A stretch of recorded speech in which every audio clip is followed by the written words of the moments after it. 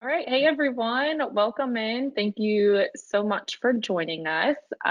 Today on our webinar, we are going to talk about renting versus buying. We know that deciding to buy a home can be really exciting, but also at the same time, it could feel a little intimidating or unsure of what to expect throughout that process. So John and Caleb are here of the Kambs Jennings group of Compass Mortgage. They are going to cover the advantages of buying and renting, how much of a down payment you need, and if now is the best time to buy. My name is Jessica Sims. I'm our event planner here at Compass Mortgage. So I'll be on kind of facilitating the webinar as well as getting all of your questions over to John and Caleb. So I want to remind all of you that we have a chat box. So any questions, comments, concerns that you may have as we're kind of going through this, feel free to throw those in there, and then we'll make sure that we allow enough time to get all of your questions answered at the very end here. So without further ado, John and Caleb, want to go ahead and kick this thing off? Sure. So my name is Caleb Jennings with the Kambs Jennings group of Compass Mortgage, and I'm with John Kambs. I'm with Compass Mortgage and the Kambs Jennings group as well.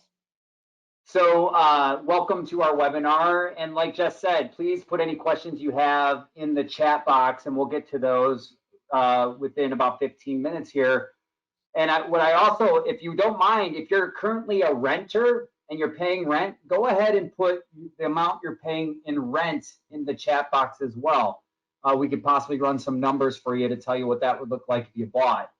But again, we wanted to do this webinar because we get a lot of questions from folks who are renting, should I buy or not? And it's a really good question to have.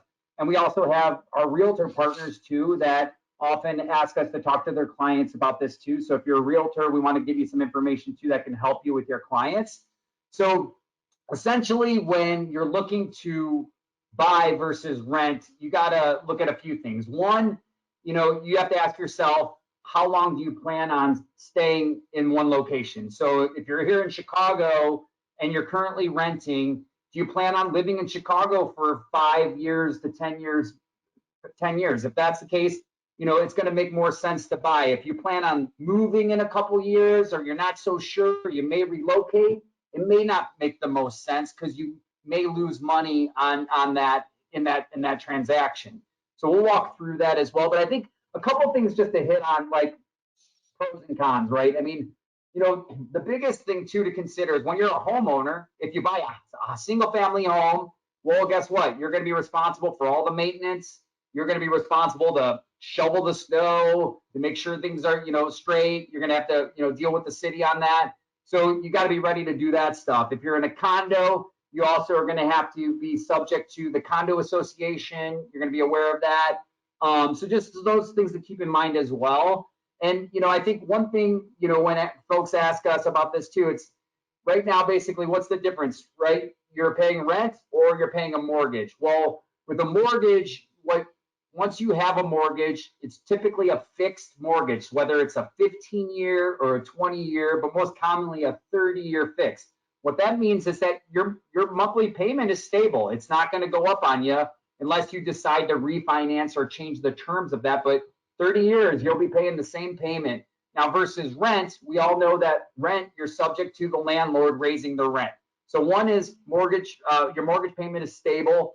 The other factor to consider too is that when you pay a mortgage, you're also going to get annual tax deductions. When you file your taxes, you'll get to deduct on your property taxes as well as the mortgage interest. Versus rent, you're not going to get any deductions on that. Your landlord will, but you won't.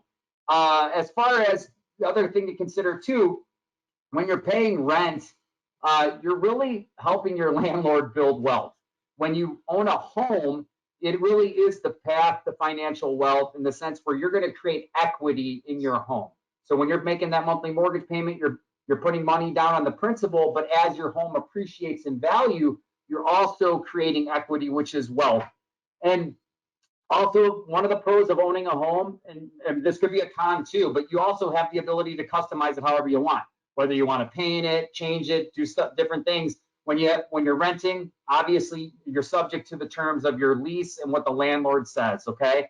So I think the other factor just to keep in mind is that ultimately when you own a home, it's going to be, the buck stops with you, the good, the bad, and the ugly. So you want to just be prepared for that. So I think, to go into it, John, why don't we share with them if you have anything to add on this, and then why don't we go ahead and run some numbers and show them a scenario on renting versus buying. Sure. So yeah, a couple things I'll add. That when Caleb said that the payment's the same, it's the same if you get a 30-year fix, but from a principal and interest standpoint. Things that can change are going to be your taxes. And Caleb's from Logan Square. I'm from Bucktown. We've definitely experienced, hey, neighborhood's doing really well, your taxes are going up. So it's usually when your taxes go up, it's because your place appreciated. So it's the yin and the yang, if you will. And usually Caleb lives in Logan Square, and Caleb can attest that the appreciation of his home has far outpaced the benefit of the taxes going up. Nobody likes their payment or their taxes going up, but it is something that would be variable during the term of your home. And then the other thing I would say is that the tax deductions, talk with your tax accountant, but they have with the new tax bill that was passed when Trump was in office, they got rid of they didn't get rid of the mortgage deduction, but they increased the standard deduction to the point where, depending on how much you're buying for, your standard deduction can basically your interest won't, the amount of it, because you can only technically write off the interest that you pay on a mortgage, but if your standard deduction is above and beyond your interest, then there may not be a tax benefit. The bigger the loan you take, rule of thumb is going to be the more interest you're going to have, which would be able to be offset with a write-off. But talk to your tax accountant on that. So, but we do have a calculator, a really slick calculator here that we're going to go over that takes that stuff into account. But just so you guys know, and then the other thing I would say is that Caleb touched on this a little bit, and I'll go over it in the calculator. Your home, I don't really consider, most of the people like me, I don't flip homes. So I consider my home not necessarily an investment. I consider it better than paying rent. But that being said, nobody wants to buy a home or nobody wants to buy anything and have it go down in value, especially a home. So it's like investing. The longer the term, the less the risk. So the longer you know that you're comfortable holding on to the home, and you don't necessarily have to live there, you can rent it out after you've lived there for a couple years. But if you're going to say, oh, I want to buy a home and turn around and sell it in 2 years, the risks are much higher than you saying, hey, I'm going to buy a home, I'm prepared to hold it for 10 years, and you can really ride any. I bought my first place in 2004, and then the market crashed in 2008. I didn't sell it till 2018, so I wasn't upside down. Why? I waited the storm out. The one thing that I've heard, and I think it's very poignant, especially in this conversation, is that when you buy a home, your value is going to go up and down a lot when you own it. You just don't get a monthly statement telling you so. So if it's 6 months down the road, hey, you're not looking to sell your home, you don't know that the values maybe went down a little bit. But when you're looking to sell it, then you know. So just keep in mind, the longer that you plan to hold it, the less the risk. So I'll go ahead and do this calculator now, if that's cool. Yeah, John, you guys share your screen? Yep. So what John's going to show you is a buy versus rent comparison, and we're going to use a scenario of a property just like 60647, which is the Chicago zip code, the Logan Square. So yep. Okay. So say 60647, which is where we live, and we're going to do this based on purchase price. So let's just say that you said, hey, I want to buy a $325,000 property in the 60647 area code. Okay, so what this shows is, like I said, it's really what I love about this calculator, and most of the calculators that you use out there when you go to rent versus own, they don't really take into account all of what needs to be taken into account, where this really does. I really love this calculator. So this basically shows that the average rent in this zip code is about $2,300 in 60647, okay? And the average rent increase, and this is based on the county, is 3.8%. And then your average renter's insurance is $35, okay? So this is saying down here, if you bought a $325,000 property, we're assuming an effective tax rate of 2.12%. and then we're assuming that your homeowner's insurance is going to be $100 a month. And then look at this, we're also going to assume, that's what I like about this calculator, is it takes it into account. So we're going to assume that your property tax is going to increase 2% a year. And then we're going to assume that on average, you're going to have to budget $135 for what Caleb had mentioned, the repairs you may have to do in the future.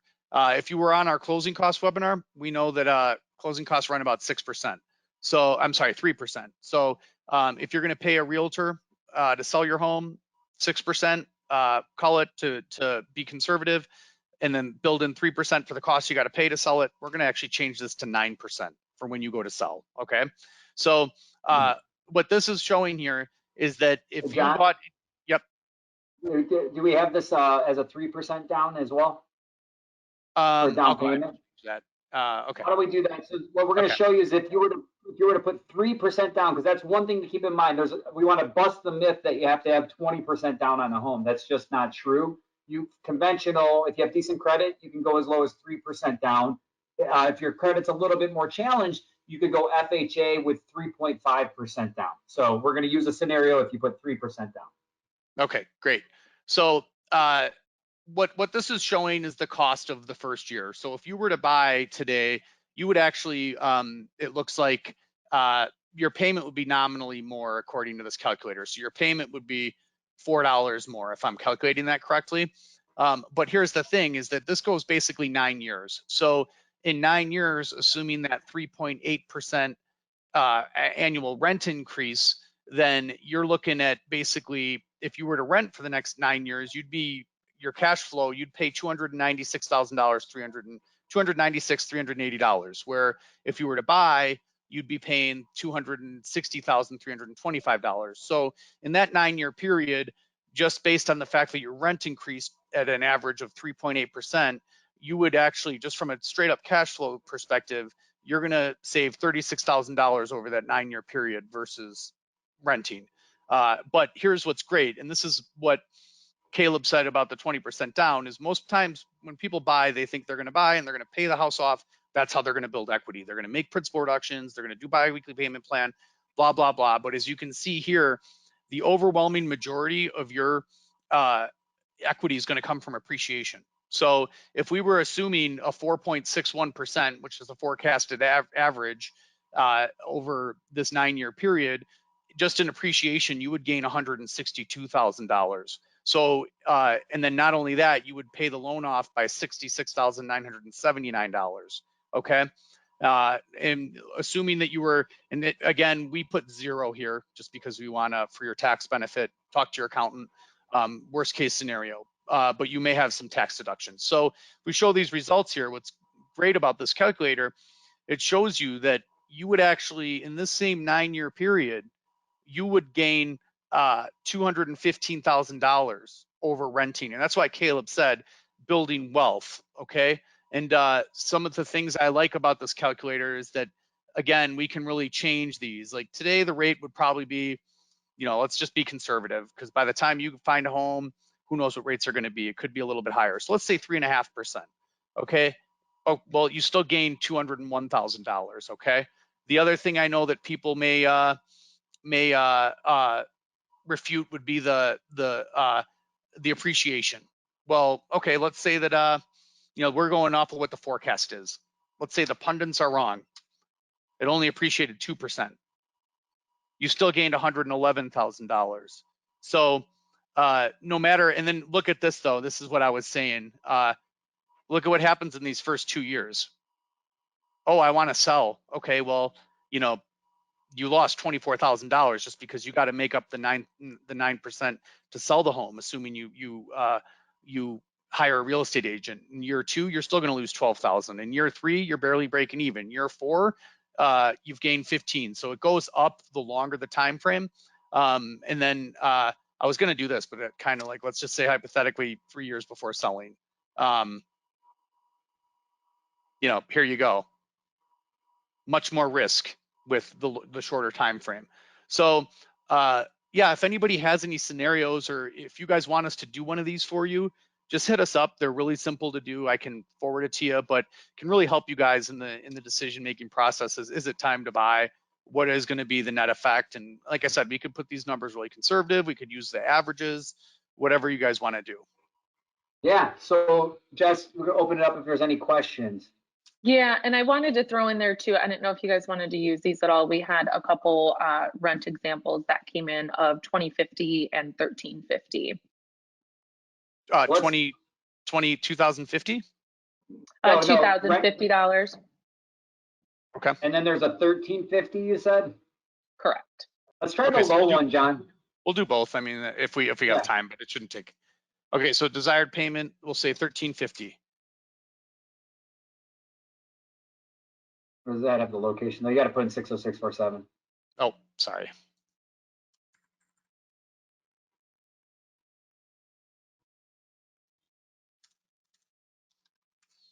This is desired payment. So this would be if they were paying apples to apples on rent. I mean, like rent, right? Yep.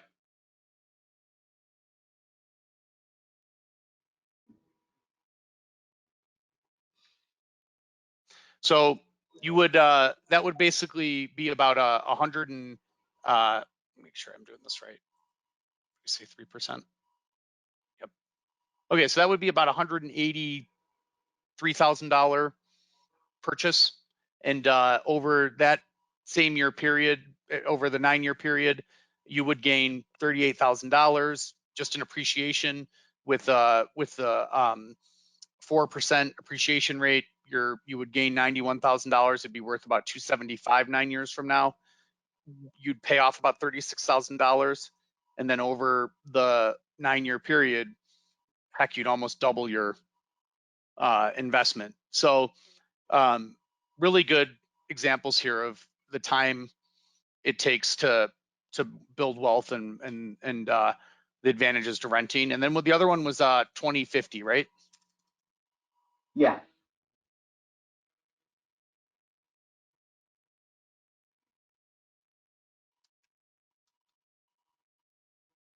We do have a question that's a little related to this, you guys. Is there a calculator available to a buyer that they could use similar to this? Or is this something that they need to go through with you all? We actually pay for this service. There may be something out there. I can't imagine if you Googled rental calculator, you could find something similar. But yeah, if you want this particular one, you'd have to come to us. Yeah, and just please do. We can help. Absolutely. Just message Shoot us. us an email with an address and yeah, or, our numbers. Yeah, we can even just email it to you. So 2050. Yeah, so $2,050. This would why is this not oh. You said the purchase value. Yep. That was be a cheap house. Yep.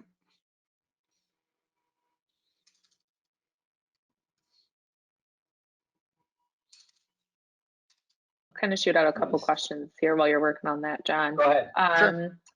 Caleb, you had mentioned decent credit earlier in regards to down payments.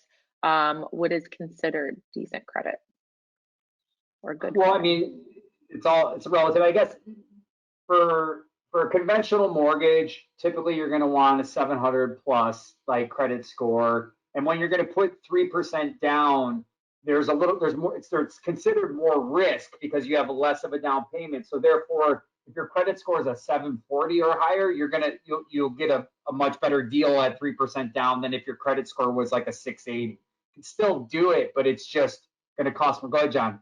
I was going to say that under 700, 680 is really to do a conventional loan. If you have less than a 700 and you're putting 3% down, they'll do it, but they murder you is a good way to put it. So if you're going to put 5% down and you're in that 680 to 700 bucket, it's still a great deal. But if you're only going to put 3% down, it does, being above 700 is very advantageous.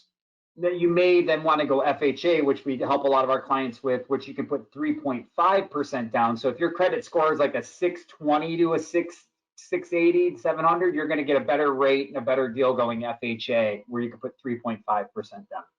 Yeah, and it was right when COVID-19 first hit, it was 620. They've lowered it down to 600, where 600, if you're doing an FHA loan, we can get that done as long as you don't have any major credit issues, and it's still a great deal. So 600 is, as below 600, you're going to need some compensating factors like a bigger down payment and or a great job and high income or something like that. So 2050. yeah, so $2,050. So this would translate to about a $278,000 loan, assuming, again, I left all these numbers the same, but what you'll see here is that your cash flow over a 9-year period, you're gonna, what I kind of like to highlight here is this right here. That's money out the window.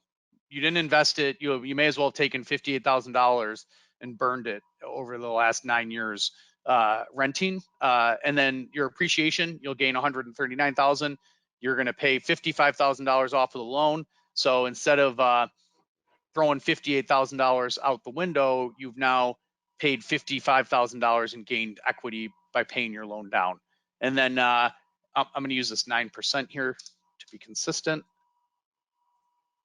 So there you go, $210,000, for paying basically $20.50 a month. And then what you can see here is that after 9 years, if you're still renting, well, guess what? That $20.50 is now $3,050, where this has stayed pretty steady. Yeah, we assume that the taxes went up 2% a year, but they're definitely not $1,000 more. Great. Are there any other questions at this time? Yeah, sure. I can pop in here with some more questions. What are the different levels of percent down that I can do? Yeah. So, I mean, basically, like we said before, the 3% is the lowest you can put down on a conventional mortgage. And then basically you can go all the way up to 20%. I mean, you could pay more down if you want as well, but essentially why some folks want to pay 20% down is to avoid mortgage insurance. But what we find is that often the mortgage insurance is really not that much, and we always challenge our clients to ask yourself, where can my dollar best serve me? So if I put 3% down versus 20% down, is that money better tied up in my house to avoid mortgage insurance? Or would that money be better off in my 401k or invested in other ways to make more money? And more than likely, you're going to be better off keeping the money out of the house and using that money and investing it. You'll make more money on your money investing it in the stock market than tying it up all in your house. So 3% is the lowest amount you can put down on a conventional. 3.5% is what you put down on an FHA. Yeah, and I'll elaborate on that a little bit as well. So conventional works in buckets, if you will. So you don't get a better deal with being in the middle of a bucket, if that makes sense. So if you were to put 3% down, but tell me, hey, John, I want to put 4% down, I'm going to tell you, well, you're still in that 3% bucket. The next bucket after 3% is 5%. So if you're going to tell me, John, I want to put 8% down, you're still in the 5% bucket. The next bucket after 5% is 10%. And if you want to put 12% down, next bucket's 15%. Next bucket after that's 20%. And then the next bucket after that, believe it or not, is 75%. If you put a full 25% down, there is a little bit of a bonus, especially if you're buying a condo. FHA, for all intents and purposes, it's 3.5% across the board. If you don't really get, if you were to do an FHA loan at 20% down, it's going to be pretty much the same. The MI is a little bit lower. It's a little bit of a lower factor, but my experience has been that when you analyze FHA, they kind of structure it that like 3.5% down. Sure, you can go ahead and put more down if you want, but FHA, you're still going to have PMI. One of the major disadvantages of FHA, since they changed it, is that you have PMI on an FHA loan until you pay it off. So it doesn't matter whether you put 20% down, 40% down, you're going to have PMI. I think that might be different on a 15-year, but most people that are doing a 30-year, they're going to, are doing FHA, are people that are going to want to do a 30-year mortgage, and there's really no benefit from an interest rate perspective. A very nominal benefit as far as like your monthly PMI will be lower, but again, you don't eliminate it. So FHA is more, hey, 3.5% down is the same no matter what. what you do, if that makes sense. Okay, Any thanks other y'all for questions? sharing that. Yeah, so I'm on the fence of renting and buying right now. Is the low inventory situation going to change?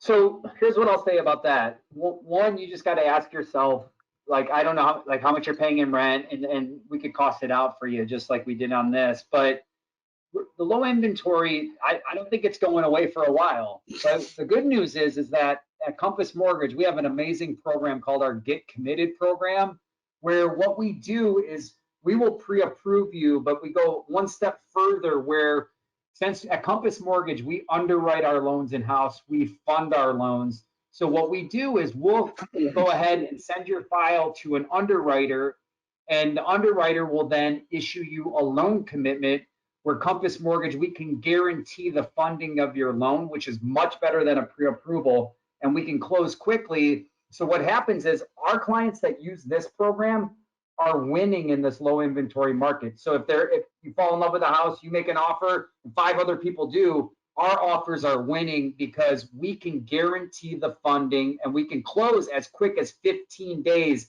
If that's what you wanted, we can do that. And what we're finding, that's what's winning. So I would say that the cost of not buying right now is going to be more, rates are still at all-time lows, that you're going to get a good deal, and we can help you win your house. So I wouldn't sit on the sidelines right now. I would get in it and win. Yeah, one thing I'll say too is that with the shutdown, the fact that builders basically went on hold for almost all of 2020, the inventory shortage is not going to be solved anytime soon. But then it's like after you buy, you want to be careful what you wish for. Once inventory, what's been driving prices up is the low inventory. So if you were to buy and all of a sudden there's a huge flood, and I think it's actually like if you look at 2008, the Great Recession compared to now, inventory levels were a much higher. We're at the lowest inventory levels of all time. So I think that when people worry about buying in a bubble from just a simple supply and demand standpoint, there's just not supply for the amount of demand to warrant a bubble.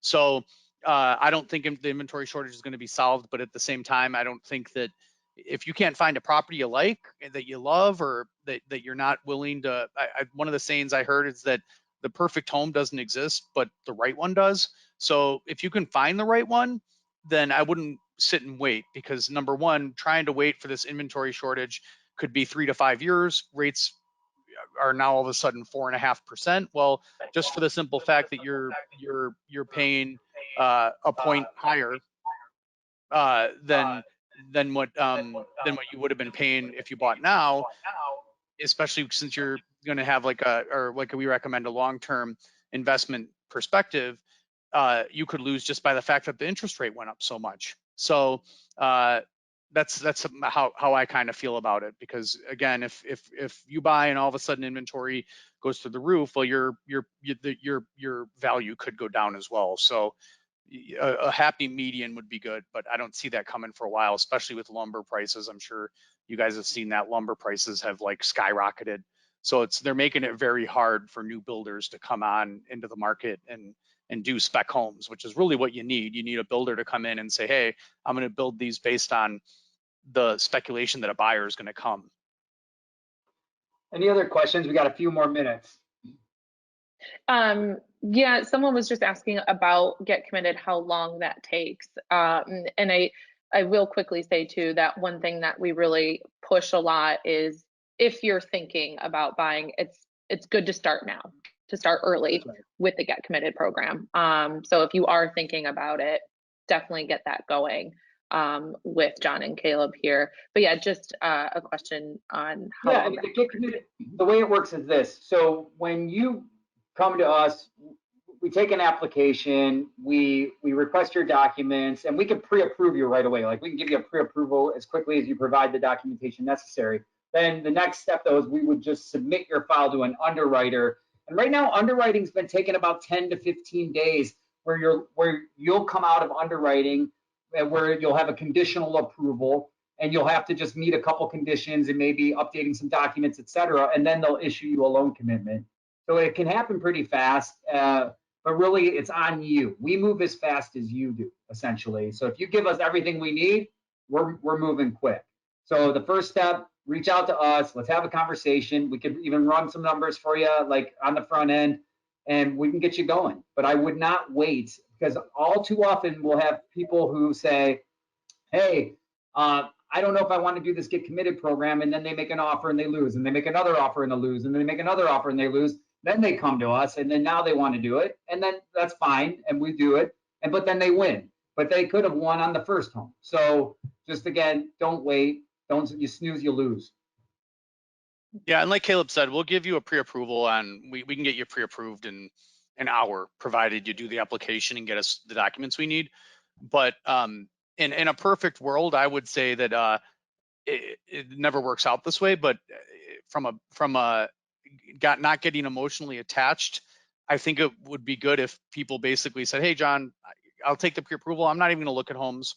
I'm gonna basically get committed loan commitment, and then I'm already through underwriting. Now when I'm really looking at homes and I'm serious and I know that, hey, I've got this loan commitment, I can go make an offer. What happens very often is people come to us, get a pre-approval, don't start the program, or even if they do start the program, then they start looking, and then it's like, okay, it does take a couple weeks to get the loan commitment, but the faster you act, the sooner we can get started. So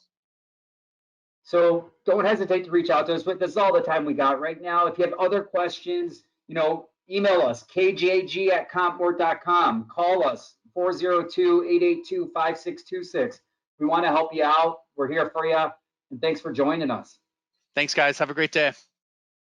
Thanks, everyone. We will be sending out a follow-up email as well with a recording, as well as John and Caleb's contact information, so you can reach out to them. Thanks again, Awesome. and have a great afternoon. Bye.